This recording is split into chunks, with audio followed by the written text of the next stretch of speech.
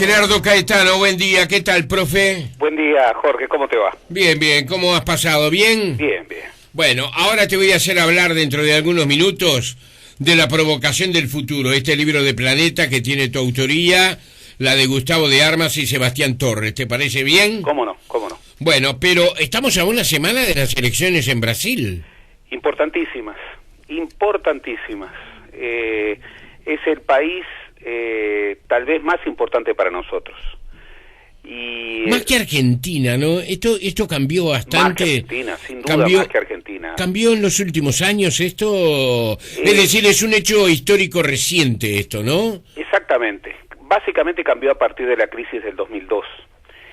Uruguay, por opción histórica, vaya a saber por qué, había estado siempre asociado más a la Argentina que a Brasil, aun cuando, bueno, Uruguay siempre estuvo en procesos de convergencia y divergencia muy claras con los dos. Pero, por ejemplo, en materia cambiaria, por ejemplo, en el proyecto Plaza Financiera, siempre estaba más asociado con la Argentina. Sí. Esto cambió, yo diría, dramáticamente. Sí. La crisis del 2002 fue un hito y, si faltaba algo, el enfrentamiento de estos últimos años. Claro. Terminó de consolidar eso y, como dijo en su estilo el presidente Mujica, Uruguay va en el estribo de Brasil. Claro.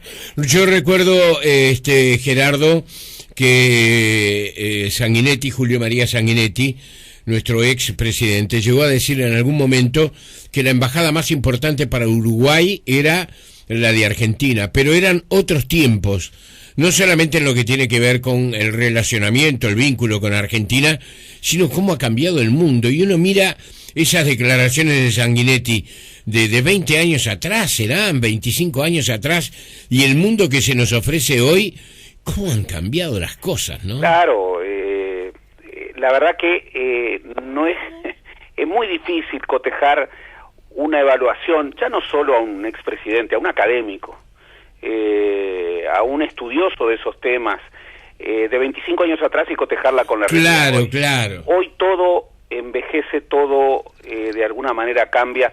Estamos hablando de Brasil. Brasil es la séptima economía del mundo. Tiene más de 200 millones de personas.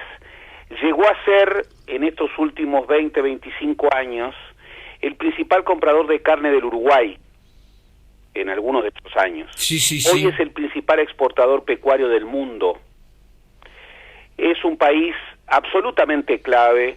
Yo recuerdo cuando Estados Unidos, en los años 70, definía su política exterior por barrios, sí. Definía sus áreas en distintos lugares del mundo, y así como en el Golfo Pérsico eligió que su socio principal era Irán, sí. el Irán del Shah, en Brasil, en América Latina, eligió a Brasil. Sí, bueno, Kissinger fue una de las figuras que yo... Exactamente, Kissinger dijo, cuando le preguntaron por qué Brasil, y él dijo una cosa muy impresionante que yo creo que mantiene vigencia: allí donde vaya Brasil, allí irá América Latina.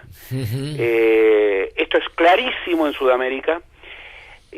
Respecto a América Latina, todavía está... México, ¿no? La presencia de México es muy pesada. Muy pesada, es el único conflicto de hegemonías que tiene Brasil dentro de América Latina. México está muy asociado. México no solamente está asociado, México es América Latina, pero al mismo tiempo es Norteamérica. Es el NAFTA, tiene el 85% de su comercio exterior radicado en los Estados Unidos. Entonces, es un socio muy pesado. Pero en cualquier hipótesis, la elección de Brasil es clave. Te doy un ejemplo. Bien.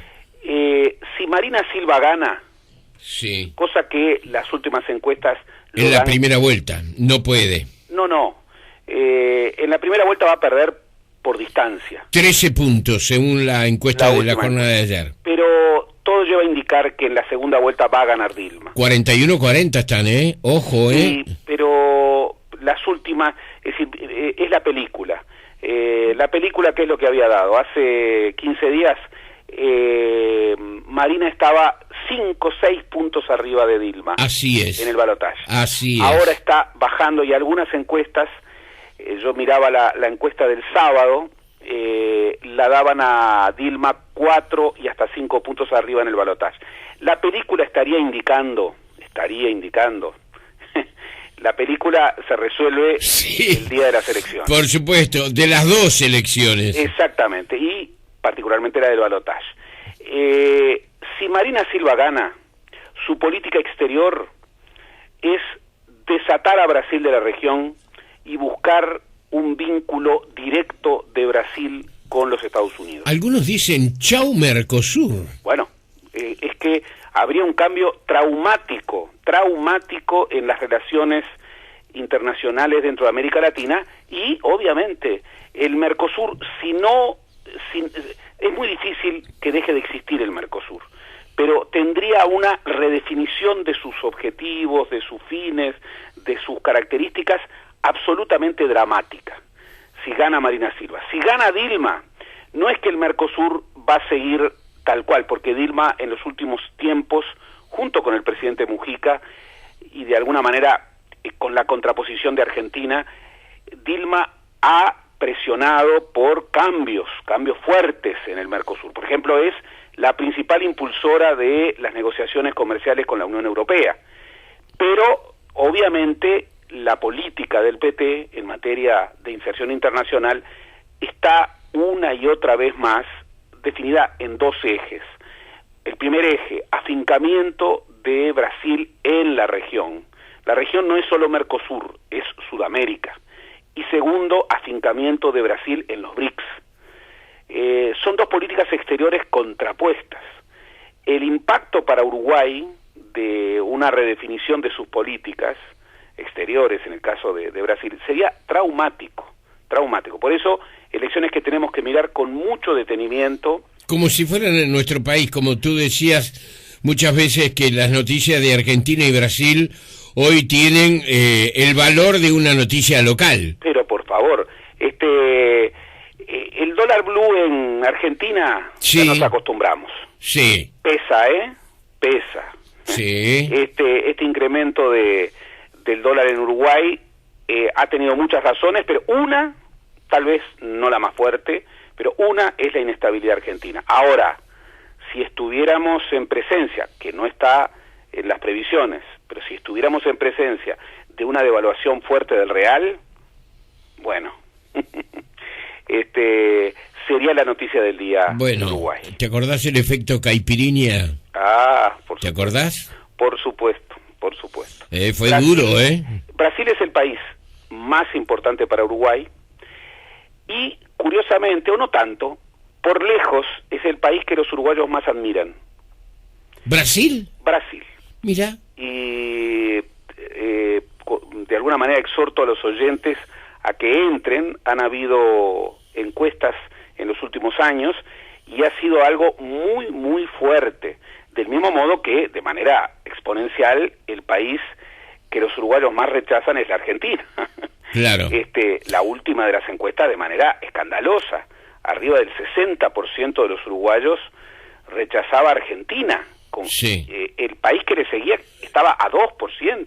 Esto tiene que ver seguramente con el gobierno argentino actual, ¿verdad? No es la Argentina. No entendí mucho lo que quiso decir Constanza Moreira los otros días con esto que el gobierno kirchnerista ha hecho una verdadera revolución. Bueno, lo de revolución puede ser, pero si ha sido realmente favorable para los argentinos, hay que verlo, ¿no? Bueno, yo tampoco la entendí a Constanza. Sí. La verdad que... Y si la entendí, no estoy de acuerdo. Pero bueno, Constanza está en el terreno político y bueno, sus opiniones tienen una racionalidad política. Claro. Me parece muy bien que así lo sea. Claro. Pero no, yo creo que a la mayoría de los uruguayos, digamos, estos últimos 10 años de la Argentina han sido más bien años de distanciamiento, y esto hay que lamentarlo sobre todo en términos de distanciamiento de pueblos. Pero volviendo a las elecciones brasileñas, sí, son un tema muy importante, y son elecciones que están revelando algo que está pasando en las democracias latinoamericanas. Tú piensas El PT, 11 años de gobierno, casi 12. Sí. Tiene problemas económicos. Sí. El índice de crecimiento bajó mucho en los últimos años y hay una discusión, pero algunos analistas registran 2 trimestres consecutivos con baja del PBI y dicen que, bueno, eso es un default no, eso es una recesión técnica. Bueno, esto está en discusión y hay algunos analistas que no dicen eso. En la previsión anual, Brasil va a crecer, pero va a crecer por debajo de 1 punto. Fíjate que en el Uruguay... 0,45 es, ¿no? Exactamente. En el Uruguay hay preocupación porque la desaceleración en el crecimiento va a bajar del 4, el crecimiento del PBI va a estar entre el 3 y el 4. Muy difícil que supere el 4, pero claramente va a estar entre el 3 y el 4. Eso sería un número formidable para Brasil. Brasil enfrenta la elección con un cuadro económico complejo. Sin embargo, la enfrenta con indicadores sociales virtuosos. Este Brasil del 2014 es muy distinto al Brasil del 2002. Las estimaciones plantean que, bueno, sacando el tema de la corrupción, en donde es gigantesca, es gigantesca y es un terrible, gran problema y es un factor, así como la corrupción en Argentina no es tema de campaña, en Brasil sí es tema de campaña. Bueno, se ha señalado que un hijo de Lula, que era empleado de un zoológico, hoy es una de las potencias económicas de Brasil. Sí, se señalan muchas cosas. Lo que sí es muy cierto... Lo de Dirceu fue muy fuerte también, claro, en su momento, ¿no? Lo del Mesalao. Pero además, el sistema político brasileño en su conjunto está atravesado, porque esto también está pesando mucho sobre el PCDB, el partido de Fernando Henrique Cardoso, sobre el PMDB, el partido de Aécio Neves. Entonces, la emergencia de Marina Silva, que es una figura, bueno, si no es un outsider, porque no lo es una figura que marca un distanciamiento respecto del sistema político. Fue ministra de Medio Ambiente del gobierno de Lula, luego funda un partido, funda un partido con el cual obtiene 20% del electorado en la primera vuelta, una votación realmente muy importante. Luego no puede continuar con el partido se desfonda, se alía con el Partido Socialista que promovía a Campos. De pronto, ante la muerte de Campos, se produce una especie de eco, es rarísimo eso, de eco emocional y ojo, en 2 meses estaba arriba de las encuestas. Sí. Esto es un escenario en el que América Latina, y en general el mundo, pero América Latina está entrando cada vez más. Y no creamos que el Uruguay está ajeno a estos cambios. Los está tramitando a sus tiempos y en sus formas, pero también está incorporado esta idea de un gobierno relativamente exitoso, que tiene datos que puede manifestar a su favor y que incluso estaría planteando una suerte de racionalidad en términos de continuidad, lo que plantearía, por ejemplo, el PT. El otro día leía, por ejemplo, a un connotadísimo empresario paulista, líder del empresariado paulista, que fundamentaba que en primera vuelta iba a votar a Marina, pero que luego en segunda vuelta iba a votar a Dilma. Y entonces le preguntaban, ¿pero por qué? Y bueno, porque la estabilidad, que es un valor fundamental para los emprendimientos de los empresarios, hoy la asegura muchísimo más el PT. Marina es como una especie de salto a la incertidumbre. Bueno, la idea de que en 2 meses un candidato puede tener como una explosión de opinión pública y de pronto, si le dan los tiempos, ganar una elección. Esto era algo impensable hace 10 años. Bueno, esto es algo que cada vez más en América Latina lo estamos viendo. En Uruguay lo vemos todavía lejos, pero hay ciertos síntomas que están revelando, por ejemplo, que también en Uruguay un gobierno exitoso, razonablemente exitoso, dentro de las polémicas, un gobierno que puede mostrar indicadores favorables, dentro de la polémica también hay otros indicadores, un gobierno que todos estiman como el favorito, de pronto puede perder la elección. Sí. Puede perder la elección. Y ese dato, que es un dato que, repito, hace 10 años la sabiduría política no lo tenía en los cálculos. Un gobierno que no tiene crisis económica, que en donde hay una explosión de consumo, que no tiene indicadores, que puede mostrar cosas, bueno, es un gobierno que razonablemente tiene la continuidad asegurada. Hoy, pero además, Gerardo, perdón, un gobierno que en esas condiciones, ¿verdad? Hoy asistimos a un Brasil mejor al Brasil que se tenía hace 15 años atrás. Mucho mejor, mucho mejor. Ahí está, mucho mejor. Sin embargo, provoca manifestaciones populares tremendas. Claro. Que ahora se han acallado, ¿no? Exactamente, pero fruto, yo me acuerdo que el año pasado, en las grandes manifestaciones del 2013, sí, yo dije algo en lo que creo y que estoy convencido, que las grandes manifestaciones del 2013, entre otras cosas, eran hijas del éxito del PT. Y bueno, y más de uno me dijeron, pero ¿cómo manifestaciones opositoras pueden ser producto del éxito de un gobierno? Y bueno, que el éxito de un gobierno genera una sociedad más demandante, genera una sociedad más activa, más alerta, sí, más alerta, genera una explosión de nuevas demandas, genera, por ejemplo, es una buena explicación, en determinado momento Brasil haya planteado como un objetivo de su desarrollo tener un mundial y tener las Olimpiadas. Los Juegos Olímpicos, sí.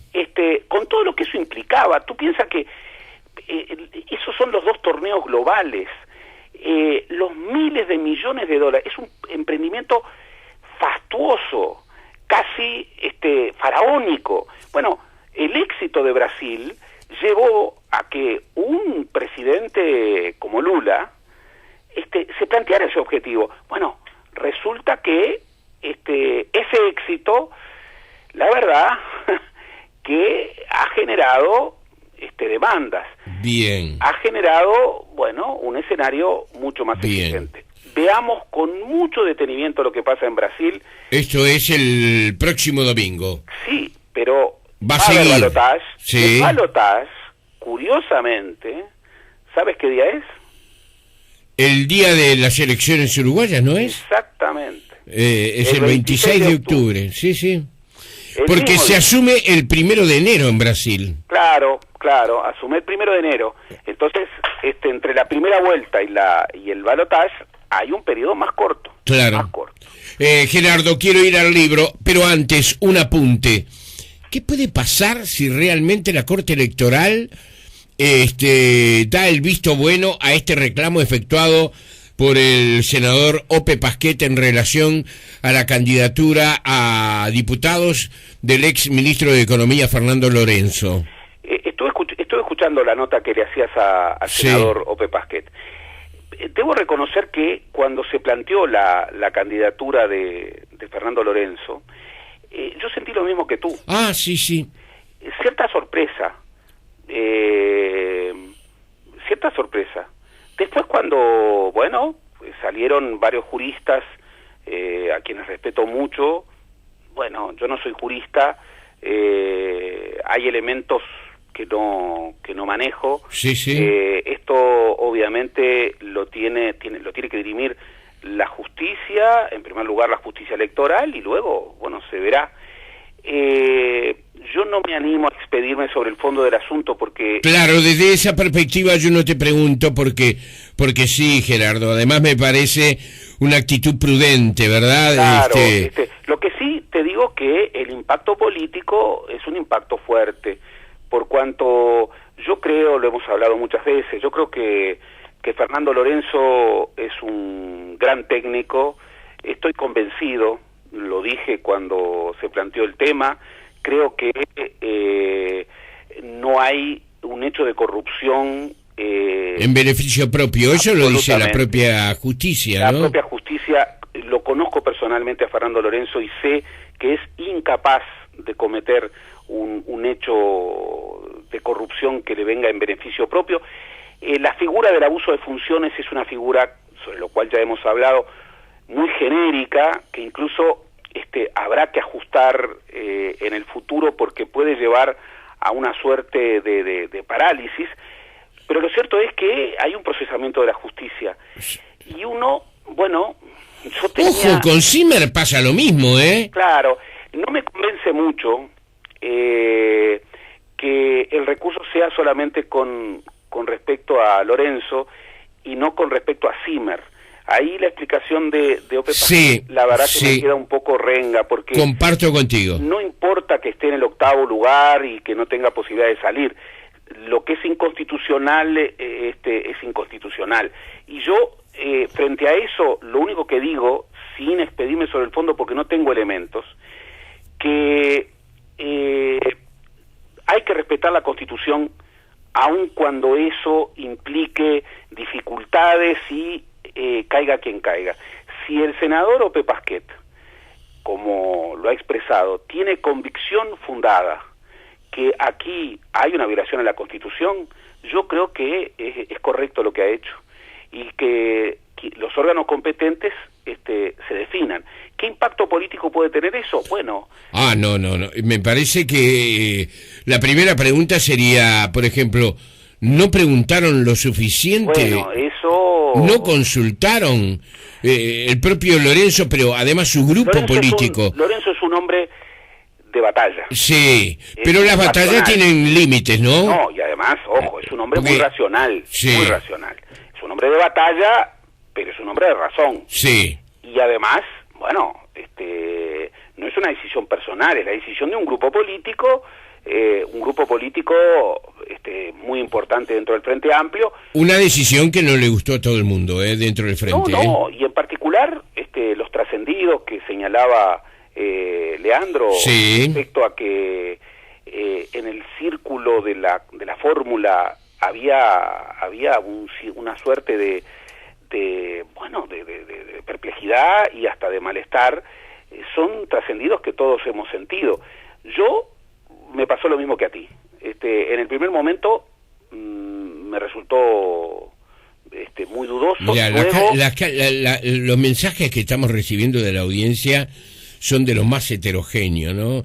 Desde los que dicen que, por ejemplo, Arismendi e Ignacio González estuvieron detenidos en su casa por haber hecho un viaje sin autorización, porque se cancelan los derechos que una persona tiene si es que no está autorizada por la propia justicia cuando están procesados, hasta los que dicen que concretamente este es un caso que, si bien es cierto, no tiene antecedentes en nuestro país, está amparado totalmente por la ley electoral.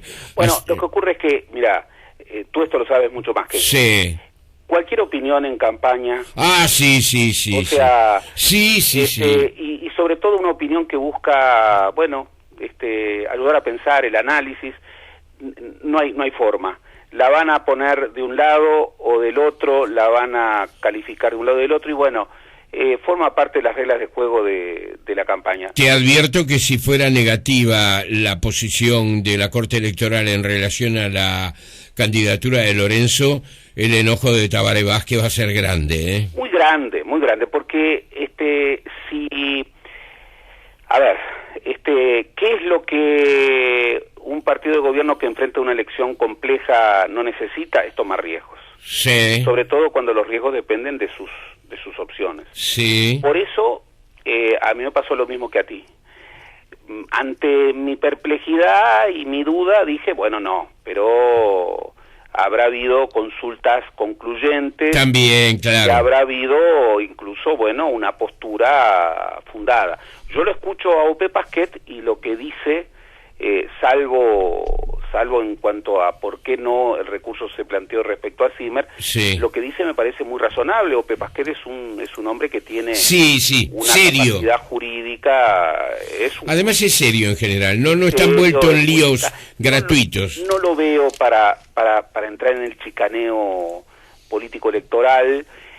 Su preocupación respecto a que si uno cree que hay un hecho que desborda la Constitución, en cualquier hipótesis tiene que tratar de evitarlo. Yo lo comparto. Me cuesta creer me cuesta creer que nada menos que el Frente Liber Seregni no haya previsto todas las situaciones en este contexto. Pero repito, sobre el fondo no puedo opinar, están los técnicos, están los órganos competentes, en primer lugar la justicia electoral. Estoy seguro que si la Corte Electoral no falla hoy, fallará mañana, y veremos. Pero que es un episodio que a menos de un mes de las elecciones causa escozor y que seguramente genera preocupación en la fórmula frente amplista, bueno, no tengo dudas. Más de 300 páginas para la provocación del futuro. Tal vez se necesitaban muchas más, porque el futuro es absolutamente provocador. Este es un libro que con ese título, La provocación del futuro, han escrito Gerardo Caetano, Gustavo de Armas y Sebastián Torres. Ha sido publicado por Planeta. Retos del desarrollo en el Uruguay de hoy. Vaya si los tenemos. Gerardo, vamos a hacer una presentación de este libro que creo que necesita una presentación más formal y más distendida en otro momento, pero vamos a ir apuntando qué se trata. Claro que sí, y en primer lugar invitar a los oyentes a que este libro se va a presentar en la Feria del Libro el próximo domingo a las 19 horas. Este es un libro que fue pensado como una contribución a una campaña que de alguna manera todos hemos visto como una campaña bastante chata en términos de debate de contenidos. ¿Cuál es su hipótesis? Te lo digo en 30 segundos. En primer lugar, ver la coyuntura, ubicar la coyuntura en una perspectiva más larga, tanto hacia el pasado, los últimos 50 años de la vida del país, como en una perspectiva de prospectiva, de futuros posibles, y ubicar una gran hipótesis, que los tres autores convenimos en que es uno de los grandes temas. El Uruguay puede dar el salto al desarrollo. El Uruguay, de alguna manera, tiene hoy un conjunto de condiciones que le permitirían, siempre y cuando responda con eficacia a reformas estructurales muy desafiantes, pero le permitiría algo que hace 70, 80 años no tiene, que es la posibilidad de pelear un estatuto de desarrollo efectivo. ¿Cuáles son algunos de esos retos? Bueno, son muchos, pero nosotros analizamos básicamente tres, que se nos ocurren fundamentales. En primer lugar, el Uruguay no podrá saltar al desarrollo sin una gran transformación del sistema educativo. Claro. Ya te diría que tal vez el concepto de reforma ya queda corto. Hay que hablar de una revolución educativa, de una gran transformación educativa, que es, yo te diría, el gran bloqueo de un desarrollo con igualdad, de un desarrollo con equidad, de un desarrollo con inclusión. Si el Uruguay no responde a ese reto, no va a saltar al desarrollo. Bien. Segundo reto, el Uruguay necesita diversificar su matriz exportadora, y para ello necesita diversificar su matriz productiva, y para eso necesita planificar, discutir, orientar, por supuesto de que tener en cuenta el mercado, por supuesto que tener en cuenta las inversiones, pero necesita proyectar el futuro. Tú piensa, hace apenas 4 meses, nuestro principal rubro de exportación, que era la soja, valía más de $500 la tonelada. Hoy está a 300 y poco. Sí. Y eso, que es un dato fortísimo, porque es nuestro principal rubro de exportación, y en los últimos 10 años hubo una revolución sojera, básicamente hecha por grandes inversores argentinos. Bueno, que baje de más de $500 a $300 es un dato fortísimo. Sí. Hay que diversificar la matriz exportadora, y para ello es fundamental incorporar valor, y hoy en el mundo incorporar valor a la materia prima significa antes que nada incorporar ciencia y tecnología a nivel de excelencia. Por eso allí hay un gran segundo reto que tiene que ver con la industria, pero que tiene que ver también con la investigación en ciencia y tecnología, con la incorporación en la clave productiva. Tercer gran reforma estructural. No son las únicas. Podríamos hablar, por ejemplo, del tema de la sustentación medioambiental, Ujú. podríamos hablar del tema de la logística, de la infraestructura, la cual el Uruguay, bueno, ya lo vemos, no puede recibir, por ejemplo, determinadas inversiones extranjeras directas porque no tiene la infraestructura necesaria para que eso pueda desarrollarse. Acá hay un bloqueo al desarrollo productivo. Pero tercera gran reforma estructural que nosotros vemos, la democratización de la democracia. Nosotros tenemos una visión muy autocomplaciente de nuestra democracia y hay defectos, deudas pendientes de nuestra democracia muy importantes. Nosotros, por ejemplo, tenemos una participación política de la mujer paupérrima en el mundo. Ujú. Estamos por debajo de los países árabes. Ahora, ¿las cuotas son buenas? Yo estoy de acuerdo contigo, ¿eh? Y son muchas las mujeres que en general han trabajado conmigo y trabajo. Además, admiro el talento, el tesón, el orgullo que tienen para realizar su trabajo, etcétera, etcétera. Pero las cuotas, ¿son la solución ahí? Es una gran discusión. Las cuotas son la acción afirmativa, y por definición la acción afirmativa es una contribución por un tiempo, Sí. para que lo que no se produce naturalmente Sí. se produzca de alguna manera empujado por una medida especial. Yo te diría que hoy tengo convicción de que las cuotas, la acción afirmativa para incrementar la participación política de la mujer es algo muy necesario y es algo que debiera estar más allá de una elección. Y te explico por qué. Nosotros en el libro lo establecemos. Uh-huh. Es que esto se puede ver en la página web de Naciones Unidas. El mapa 2014 de las mujeres en política. Te encuentras con algunos datos que realmente son estremecedores. Sí. Por ejemplo, te doy dos. El porcentaje de mujeres en puestos ministeriales. Uruguay se ubica en el número 60, por debajo de países como Emiratos Árabes. Se ubica por debajo del promedio de América y de América del Sur. Está en el peor lugar de América del Sur. Sí. Con respecto al porcentaje de mujeres en el Parlamento, Uruguay se ubica en el lugar número 103. ¡Opa!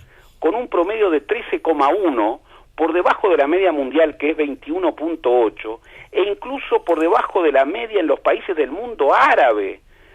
Yo no tengo nada contra el mundo árabe, pero digámoslo con claridad. Siempre se ha dicho que la mujer está muy cercenada, claro, ¿no? No son sociedades en donde la mujer tenga un nivel de participación, ya no solo en la política, sino en general. Como en Francia, por ejemplo. Es claro, tienen un 16%, o sea que están 3 puntos arriba de nuestro promedio. O sea, son datos tremendos, Yo creo que esto es algo que la democracia uruguaya, que por otra parte marca tan bien en otros puntos. Por ejemplo, si yo te trajera varios rankings de democracia respecto a reglas de juego, respecto a gobernanza, respecto a institucionalidad, bueno, el Uruguay está muy bien. Y otro dato que también tiene que ver con la necesidad de transformar nuestra democracia. Tú sabes que el tema de la inseguridad genera una transformación de la confianza interpersonal. Uh-huh. Sabes que desde el 2005 el principal problema de preocupación para los uruguayos es la inseguridad. Uh-huh. Y acá en América Latina, el último informe del Banco Mundial sobre inseguridad revela un contraste muy impresionante. Es el país, Uruguay, que tiene indicadores delictivos más bajos.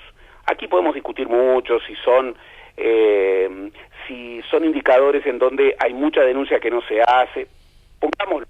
Pongámoslo que sí. Pero el informe del Banco Mundial dice que Uruguay es el país con mayor percepción de inseguridad.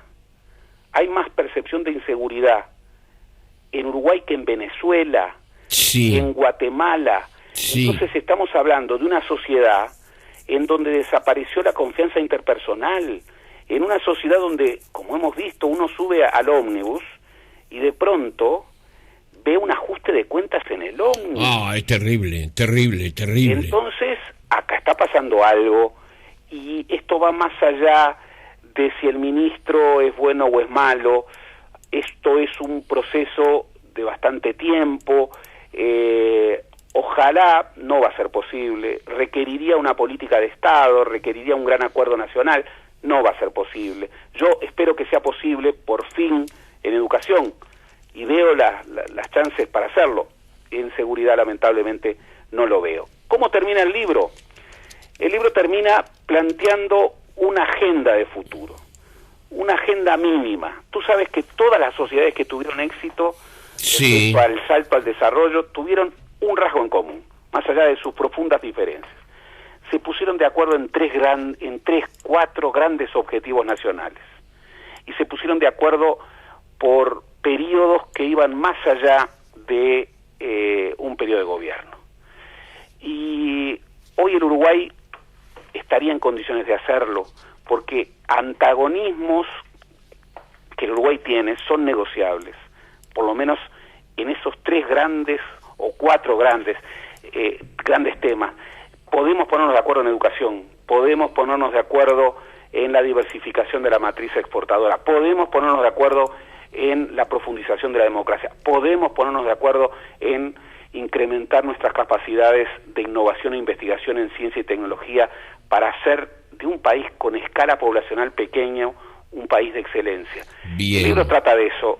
Es de alguna manera un insumo para el debate, es un insumo ciudadano que gane quien gane, plantea una agenda de temas, de asuntos que se van a tener que encarar, porque el país tiene problemas con solución, pero ya no tiene más tiempo. Bien, es un hermoso título, La provocación del futuro.